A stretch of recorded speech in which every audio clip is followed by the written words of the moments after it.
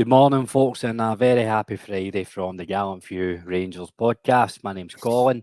Here to round off the news this week with me is David. It's your second show in like 14 hours, mate. How are you?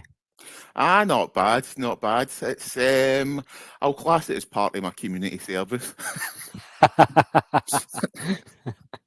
I've just found out before we were recording that last night I was in about the live stream comments, but I was late joining. I was like 15 minutes late to watch along. I missed a poem by Davy T. I'm absolutely gutted about that.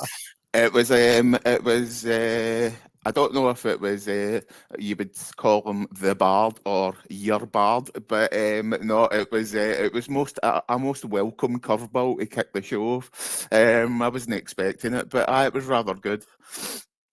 I mean, listeners, if you've not listened to the live stream back yet, then that's all the incentive you need. But just it's a nice wee segue on what's happening with the pod. Obviously, last night the live stream dropped, and this afternoon at 5 o'clock, the Premier League boys will be back. So Jamie and Johnny this time looking ahead to this week's round of fixtures. So get involved then, and for all the members and patrons who are involved in the fantasy football, make sure you get your team up and running.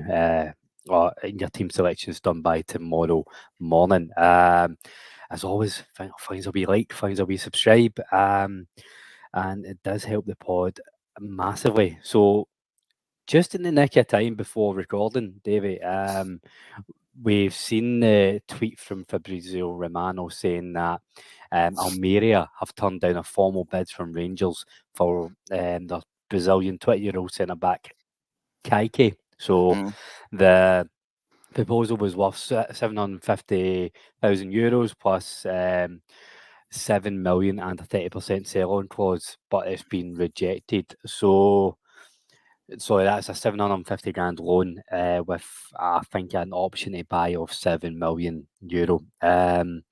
So you can't really get much of a more solid source in Fabrizio Romano. So apparently Rangers are still in the market for a centre half. I'm very encouraged by this one, I must admit. Fair enough, it's been rejected initially, which is fine. It's just how transfers go. But the fact that we're looking at somebody, young for, one of the top European leagues, with what is, I mean, let's be honest, for Almeria, that's a solid proposal. £7 million and 30% sell-on. That's not to be sniffed at. I don't know anything about him until I saw the rumour break. So I had a quick swatch, and I mean, I think he is highly rated. He's well quoted. But yeah, I'm encouraged by both the type of player that we're going for and the market that we're shopping in there, and also, the fact that it's a solid source for a start. If it's Fabrizio Romano that's tweeting it, whether it happens or not, you can at least be sure that, there's legitimacy to it. I think, if that was to happen, I'd be well pleased. I'm very happy that we're still looking at another centre back. I do think it's a requirement, to say the least. So, if that goes ahead, I'll be very pleased. What I like about this guy, so he's 20-year-old. He's already under his belt. He has 79 games at top team level, so 55 games for Santos, 25 games for Almeria. So I do think Almeria, most of his games came for La Liga 2, but playing for Santos, it's not. While in Europe we do have a snobbery of South America, it's a good standard. We're paying for the potential here, and the potential and somebody who is able to step in at first team level straight away. So I'd imagine the idea would be that this boy is, one of the key centre halves alongside Robin Proper if we were to get him.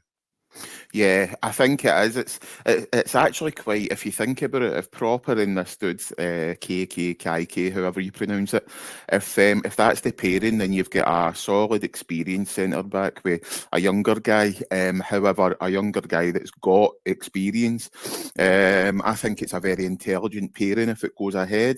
Obviously, it remains to be seen how it would work out, but I do like I like the sounds of it, and I like, if that's the idea, then yeah, I'm all for it, I have to say. I mean, I know that defence is an issue for us, in terms of like strength and depth and all that. But I mean, if that's our centre back pairing going forward for the season, then yeah, count me in. I'm definitely encouraged by this. It's funny because when I messaged you this morning, I said I wanted Mhm, to get your take on the Mora who your centre half pairing will be, mhm. because it's probably still a bit of a question mark over no, definitely is a question mark over the options we have available. Um, uh, we do need to get rid of one of these. If I still think we need to move on Ben Davis. But if we had John Souttar, Leon Balogun, Kaiky and Robin Proper, that's decent options at centre back. Yeah, I would take Ben Davies out the equation. I'd like to think that somebody somewhere will take him, and that leaves us with four good options, two really good league options, and four really good league options and two really good options for the big games. As I say, I'm not wanting to get ahead of myself because it's the way things have been. As soon as we're linked with a player, whether it's got any credibility or not, everybody gets overexcited and then it turns out to be a load of rubbish. But with this one, it's a solid source and it's the type of player we should be looking at. For a Scottish club to get someone, and even if it is 7 million, to be offer Almeria a 30% sell on, it shows that we must have big hopes for him. So just on the Mora then, who is your centre half pairing on? Like, assuming Robin Proper is fit and available, Mm-hmm.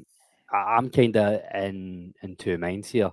I think long, I think throughout the season, John Souttar's more likely to play him more often, but Leon Balogun is a better centre half than him. Mm-hmm. So I I would look to play Balogun alongside Proper and have the same next week. That would be my preference. I would go with Balogun as well.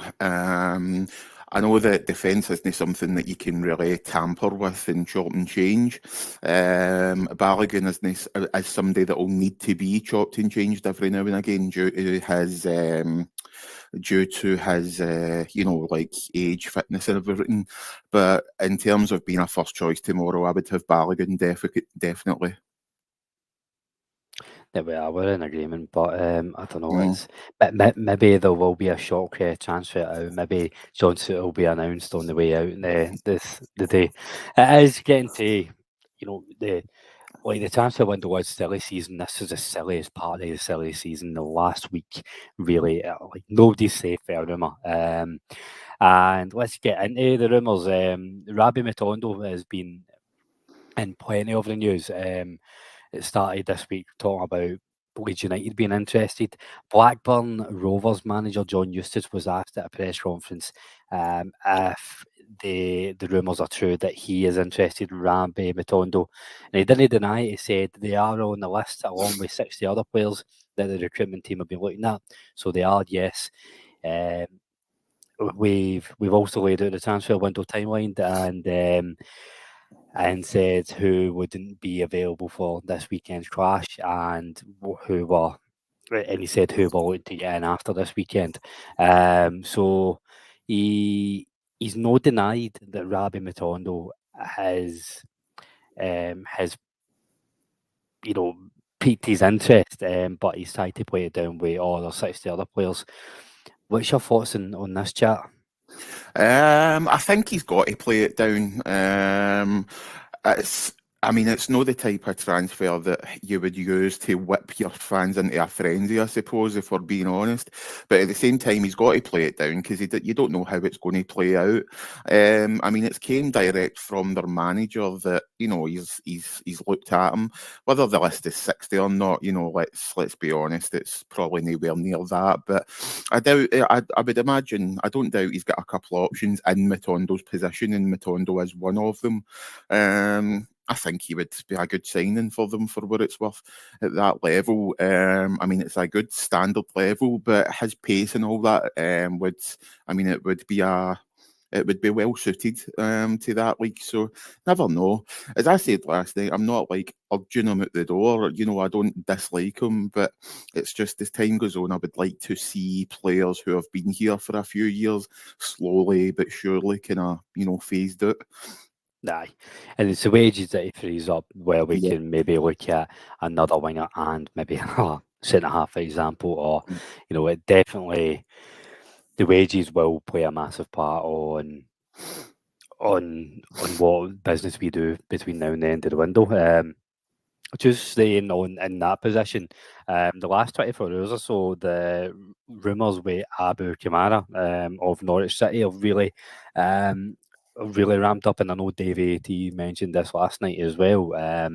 He says, "Oh, we don't want another Kamara," but I don't know. I quite like playing Kamara for the most part when he was at Rangers. But a quick rundown of Abu Kamara. So Norwich City.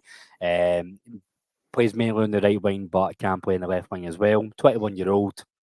On loan at Portsmouth is probably where he had his most successful spell, 52 games, and he got 10 goals and 11 assists. So it's a raw young talent who's contributed at League One level, can play either flank. Apparently, the fee would be around £2 million.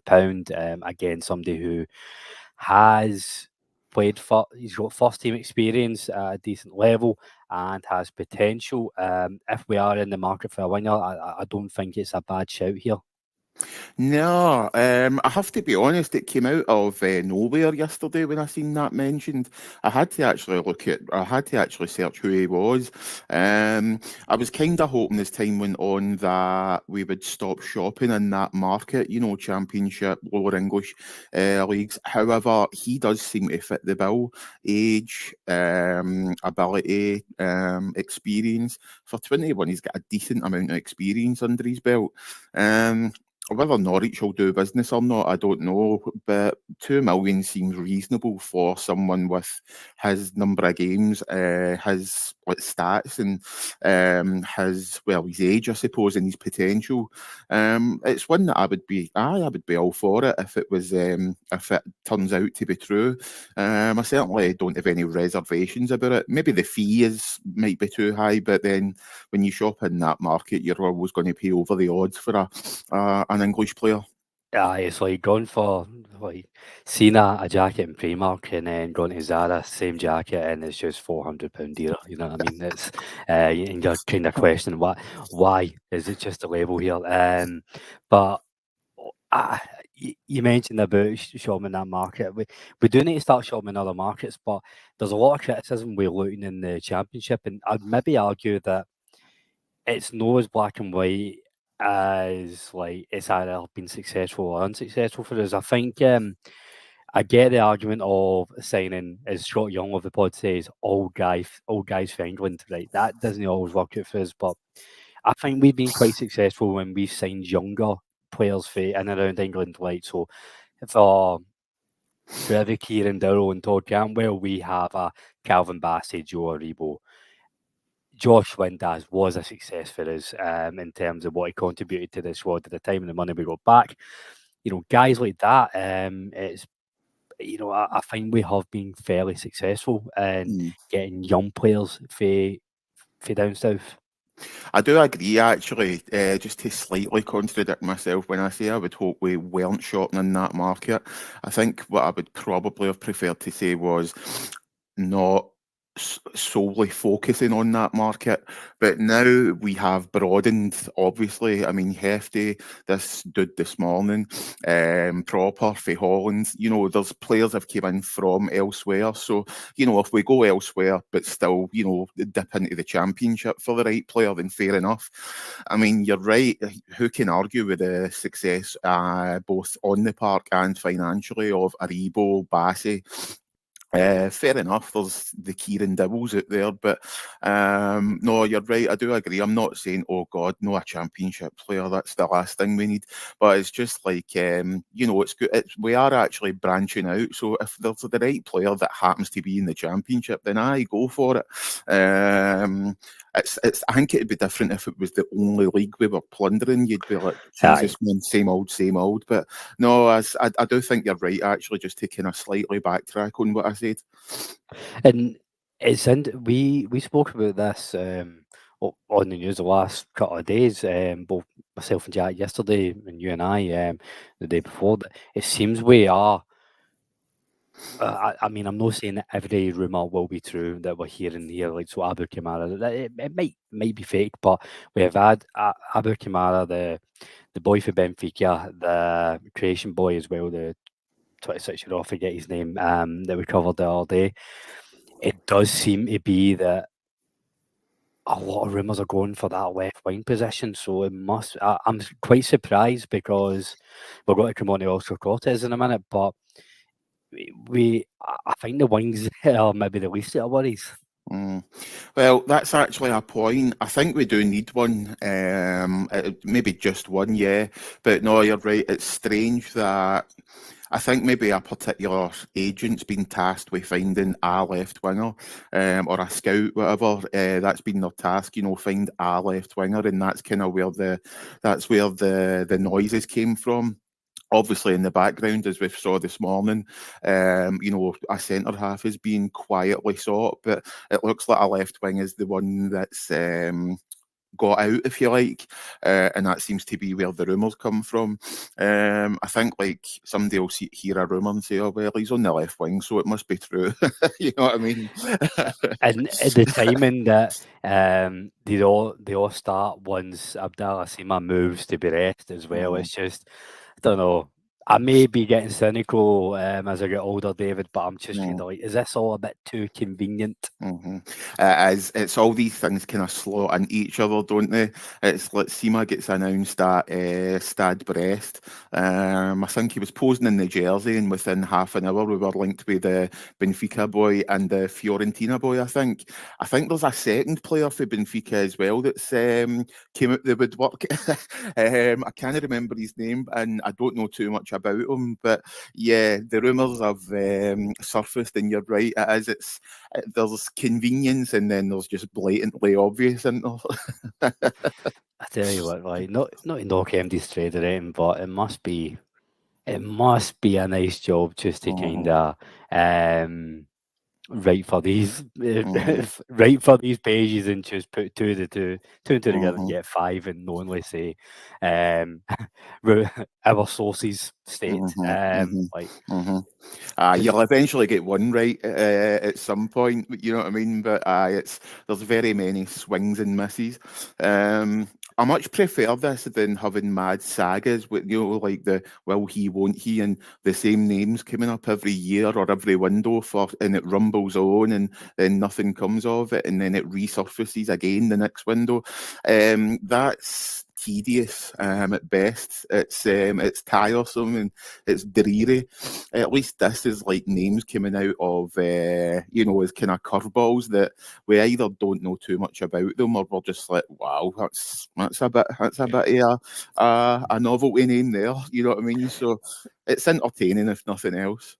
we all joke in the group chat around Robbie Fowler and Alan Smith being, Yes, being touted this year. Shankland is turning into that, but I guarantee you, like Billy Gilmore, it looks as if he's going to move to Italy. Until he retires, we will be linked every year. Yeah. As soon as he has a bad season, a bad spell in Napoli or whatever, we'll be linked with a loan, and it will be like that until he retires. Yeah, it is. It's like It's basically it's a name that's going to forever be synonymous with us in transfer windows, both for journalists and writers to fill pages and for fans to get hopes up and just basically have mad discussions, you know what I mean? I think with these things, I think some of them are quite funny, but the Shanklin stuff is kind of tedious for me. I never really wanted them in the first place. So when I say the ship sailed on Shanklin, then for me there never really was a ship. But you get the feeling that with Shanklin, like even when he retires, you're still going to get fans shouting for him to get a job at the club. Make him a coach. He gets it. He knows what it's about. Aye, he's a good Rangers man. I mean, Aye. So that means he can single-handedly handle the coaching for seniors to youth. last talking point I wanted to come to this morning, I've kind of touched on it as well. Oscar Cortez posted a photo of being back in the training pitch. So obviously, Philippe Clement said he'll be out between 4 and 6 weeks, and that was about 3 weeks ago. So good to see him back on the training ground. I don't expect him to feature tomorrow or at Parkhead next week, but with the international break coming straight after that, I'm hoping that he'll be available for, or at least in and around a return for Dundee United. So the first game back after the transfer window is closed and after the international break, this will be a much needed option, David. So hopefully it's a solid return and nothing too long term. Yeah, it's very encouraging. It's good news for me, I must admit. I'm choking to see Cortez get a proper decent run. I usually hate the international break, but I think on this occasion it's coming at a good time. And yeah, we'll get him back, and maybe a few others, and get a wee chance to work on some stuff when there's no game time. So I'm happy with his progress. He seems ahead of schedule, which is good. But then he's a young guy, you know what I mean? He's probably going to recover much quicker than a lot of players. That's for me, that's encouraging, definitely. Looking forward to seeing him back. Aye, and again, it's just with our squad depth. I mean, like I'm not going to start the Scott Wright bashing, but we know we need a better option, Scott Wright. So going into September, when we know we've got European games, we've got more cup games, and we need to really have a proper crack at getting a run of form in the league. Your wing options being Czerny, Cortez, Jefte, with Ross McCausland and another, say that's Rabbi Matondo or someone else chapping in, but it does change the complexion for playing Matondo and Scott Wright either wing. So much needed reinforcements coming back. So here's hoping that it does return and it's no long term injuries. That is a question mark I have. And I don't know if this is just the Rangers way scarring me, but he's come back for a long-term injury, and within the first couple of weeks he's out for 5 weeks. I do fear that there might be something long-term, but at the same time, there's nothing in his career other than his time at Rangers to suggest he's injury prone. Yeah, he doesn't exactly have a history of like inconsistencies in terms of games. His injury record is pretty, until he came to us, it's pretty much non-existent. But then that's kind of part of the course with us in the past few years. It's I don't have any worries. I know that sometimes with players they take a step forward and then it's two back. And it's frustrating both for the player and for us. But yeah, I think in Cortez and most of the young guys, I don't have any concerns. Injuries happening, that's fine. We've seen it last year with Sima. He had what you would probably class as a long-termer, and he came back. He came back with any issues. I think with Cortez in particular, I certainly wouldn't have any concerns or doubts there. I think he'll come back, strong, and hopefully get a good run in the team.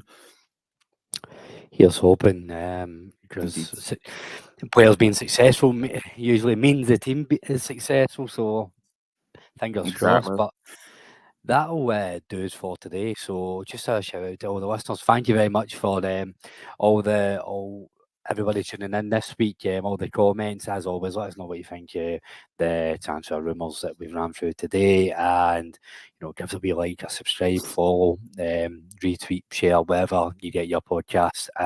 It does really help us massively. And look out for the Premier League show drop later this afternoon, and we'll have the two Davies, the galas too, as we market them over the weekend for the subscribers, and we'll be back on Sunday night as well. So, David, as always, mate, it's a pleasure speaking to you. Thanks for coming on. Yeah, not a problem, mate. I think I'm on tomorrow and Sunday as well. So it's been a great week, though. I must admit, I've really enjoyed it this week. It's always good to clear the head with your Rangers concerns in it. So it's been a good week. I have really liked being on. So thank you, mate. No, pleasure's all mine, mate. And once again, thank you all for listening. I hope you have a cracking weekend, and most importantly, I hope your team wins. Take care.